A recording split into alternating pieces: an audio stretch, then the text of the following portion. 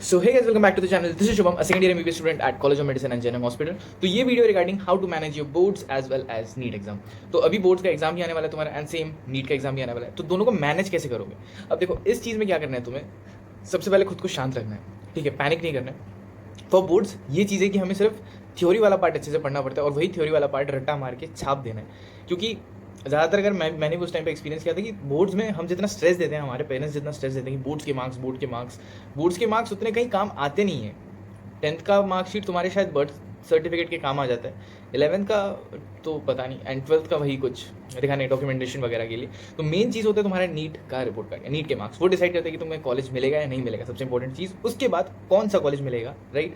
तो कहाँ पे अब ज़्यादा फोकस करना है? मैं ये नहीं कह रहा हूँ कि बोर्ड्स में तुम बिल्कुल ही फोकस मत दो, बोर्ड्स को एकदम डाउन जाना, तो ऐसा नहीं है। क्योंकि अगर तुम देखोगे, नीट कॉन्सेप्चुअल पार्ट ज़्यादा मांगता है, उसमें क्या तुम्हारा न्यूमेरिकल एबिलिटी ज़्यादा होता है। अगर मैं किसी को कुछ दे दूँ कि अच्छा ये वाला थ्योरम समझा, या इस वाली चीज़ को, प्रिंसिपल को समझा के दिखा, मुझे सॉल्व करके दिखा, तो नीट का जो बंदा है वो उतने अच्छे से सॉल्व नहीं कर पाएगा, वो तुम्हें कॉन्सेप्ट समझा देगा। बट जो बोर्ड के जो स्टेप मार्किंग रहते हैं, वो उस तरीके से नहीं कर पाएगा। तो उसके लिए क्या है, अभी तुम्हें सबसे पहले सिर्फ प्रीवियस ईयर देखना है। फॉर मैथ्स एंड केमिस्ट्री, अगर किसी का मैथ्स है तो मैथ्स, केमिस्ट्री एंड फिजिक्स, उनको सिर्फ प्रीवियस ईयर क्वेश्चंस देखना है। सिर्फ प्रीवियस ईयर क्वेश्चंस देखते जाओ and keep on solving that, ठीक है? नेक्स्ट यहाँ पे आ जाते हैं जो नीट वाले है, मतलब जो नीट वाला पार्ट है तुम्हारा सेकंड हाफ। पहले तो तुम एक टाइम टेबल फिक्स करो कि मुझे किस टाइम पे बोर्ड्स के लिए पढ़ना है और किस टाइम पे नीट के लिए पढ़ना है। नीट से तुम्हें कनेक्शन एकदम नहीं छोड़ना है कि एकदम कनेक्शन छोड़ दिया, अभी सिर्फ बोर्ड पढ़ रहे हैं, वो फिर बहुत बेकार हो जाएगा। क्योंकि नीट के साथ कनेक्शन बना के रखना है, क्योंकि जैसी नीट मतलब बोर्ड खत्म होता है तो तुम्हें फिर नीट के लिए अपना ग्रिप पकड़ना पड़ेगा। और अगर एक बार ग्रिप छूट गया तो फिर वो ग्रिप लाने में एटलीस्ट 21 डेज लग जाएंगे, एंड फिर तुम्हारा टाइम वेस्ट हो जाएगा। तो नीट को अभी छोड़ना ही नहीं है। नीट के लिए फिजिक्स, जैसे कोई भी तुमने बोर्ड्स के लिए टॉपिक पढ़ा, प्रीवियस ईयर से ही कोई भी चैप्टर उठा लिया, फॉर एग्जाम्पल इलेक्ट्रोमैग्नेटिक्स, ठीक है? तो वो चैप्टर तुमने पढ़ा प्रीवियस ईयर से, उसी के थ्योरम्स वगैरह जो भी है, प्रिंसिपल्स वगैरह जो भी है, बायो सावर्ट्स लॉ वगैरह जो भी है, तुमने देखा सॉल्व अच्छा ऐसे ऐसे करते ही करते, उसी के रिलेटेड फिर तुम जो भी बुक है तुम्हारे पास रिस्पेक्टिव, उससे सॉल्व करने लग जाओ।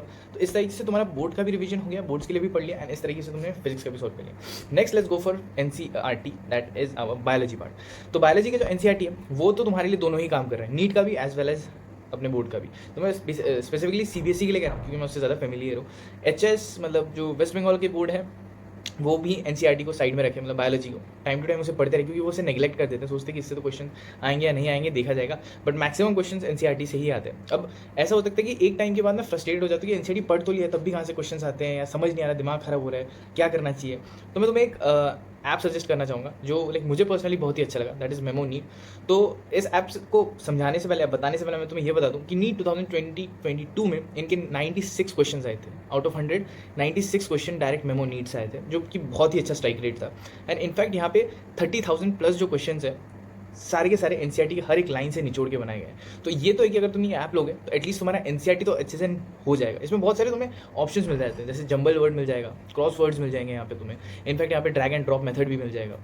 मैं तुम्हें इसे यूज़ करके दिखाता हूँ साइड में, तो तुम्हें और ज़्यादा बेटर समझ आएगा। यहाँ पे तुम्हें प्रीवियस क्वेश्चन भी मिल जाते हैं, ऊपर से फ्लैश कार्ड्स मिल जाएंगे, अगर कोई पॉइंट तुम भूल गए तो फ्लैश कार्ड देख सकते हो। सी फॉर नेक्स्ट यहाँ पे फिजिक्स केमिस्ट्री भी रिवाइज करना बहुत ही ईजी हो जाएगा, क्योंकि यहाँ पे खुद फिजिक्स के वीडियो लेक्चर अवेलेबल है, एज वेल एज यहाँ पे physical chemistry as well as physics के बहुत सारे फ्लैश कार्ड्स भी अवेलेबल है, जिनमें तुम्हें सारे फॉर्मुलाज मिल जाएंगे, जो कि रैपिड रिवीजन में बहुत ज़्यादा हेल्प करेंगे। नेक्स्ट है यहाँ पे कि इनका एक खुद का टेस्ट सीरीज है, that is completely and purely based on NCERT. तो अभी अगर तुम कोई और टेस्ट सीरीज में इन्वॉल्व हो और वहाँ पे तुम्हें कम मार्क्स आ रहे हैं, एंड तुम्हें फील हो रहा है कि यहाँ पे एनसीईआरटी के बाहर के क्वेश्चन बहुत ज़्यादा है एज कम्पेयर टू अंदर के, तो तुम ये टेस्ट सीरीज जाके ज्वाइन कर सकते हो। तो मैं तुम्हें साइड में दिखा देता हूँ ये ऐप कैसे है। सो यहाँ तो मेरे साइड में देख सकते हो।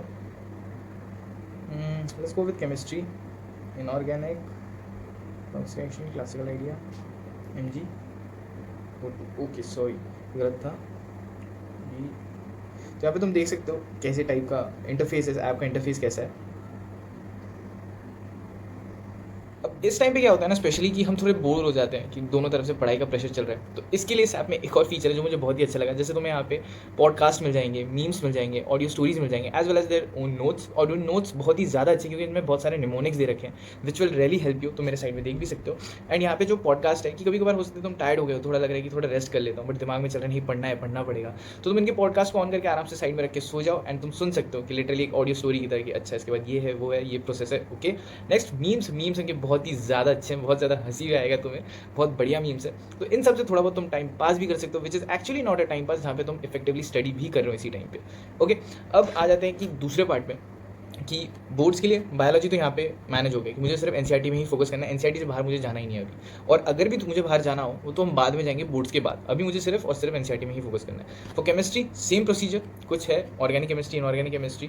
तो उनको तो एक ऑर्गेनिक केमिस्ट्री का तो स्पेसिफिकली बता दूँ, एनसीईआरटी के बाहर कुछ भी नहीं आने वाला है। पिछले 2020 से मैं देख रहा हूँ एनसीईआरटी के बाहर ऑर्गेनिक केमिस्ट्री में तो स्पेसिफिकली कुछ देता है नहीं, तो just focus on NCERT for organic chemistry. Physical chemistry के लिए ऑब्वियसली तुम्हें कुछ बुक चाहिए होगा, कुछ भी कोई भी ऐप होगा तुम्हारे पास, तो उस पर जाके तुम देख सकते हो, उनसे जाके तुम सॉल्व कर सकते हो। फिजिकल केमिस्ट्री में भी same cheese, but physical chemistry boards में भी ऑब्वियसली न्यूमेरिकल्स ही पूछते हैं, तो बोर्ड्स के न्यूमेरिकल्स तो रिलेटिवली ईजी ही होंगे as compare to NEET, right. Next है यहाँ पे अपना बचता है इनऑर्गेनिक केमिस्ट्री। इनऑर्गेनिक केमिस्ट्री रट्टा मारने के अलावा तुम्हारे पास कोई और ऑप्शन नहीं है, तो उसे तुम्हें एटलीस्ट दिन में 2 घंटा तो देना ही पड़ेगा रट्टा मारने के लिए, सिर्फ रट्टा मारते जाओ। तो अगर मैं इस साइड में देखूँ, बायोलॉजी दोनों साइड में एनसीईआरटी है, कवर अप हो जा रहा है। फिजिकल केमिस्ट्री दोनों साइड में एनसीईआरटी ही देखना है, और थोड़े बहुत बाहर के क्वेश्चंस जो तुम अपने रिस्पेक्टिव मॉड्यूल से लगा रहे हो, तो वो भी एक ही टाइम पे हो जा रहा है। एंड नेक्स्ट अपना आ जाता है ऑर्गेनिक केमिस्ट्री, एनसीईआरटी एक ही टाइम पे दोनों कंप्लीट हो जा रहा है। इनऑर्गेनिक एनसीईआरटी अगेन एक ही टाइम पे दोनों कंप्लीट हो जा रहा है। तो जो तुम्हारा रिस्पेक्टिव टाइम टेबल बनेगा वो सिर्फ अगर तुम देखोगे मेनली इंग्लिश साइड है, जो भी अगर तुम्हारा मतलब एक्स्ट्रा सब्जेक्ट है उसको भी साइड में ही रखो थोड़ा, नहीं उनको भी पढ़ना है, ऐसा नहीं पढ़ना नहीं है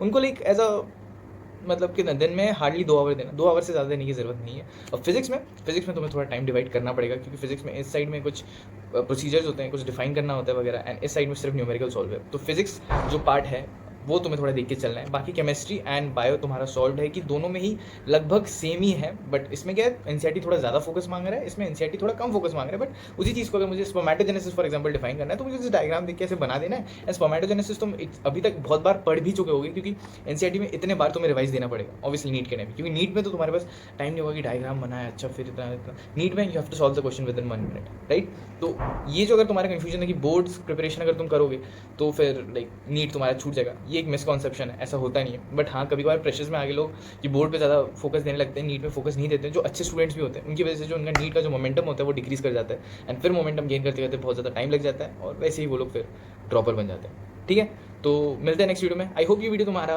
लाइक एक कमेंट आया था कि क्वेरी रिगार्डिंग कि एचएस और इसको नीट को कैसे संभाले, टेंस लग रहा है, इंस्टाग्राम पे आया था। तो आई होप ये क्वेरी मैंने तुम्हारा सॉल्व कर दिया यहाँ पे। तो मिलते हैं नेक्स्ट वीडियो में, तब तक के लिए good bye and take care.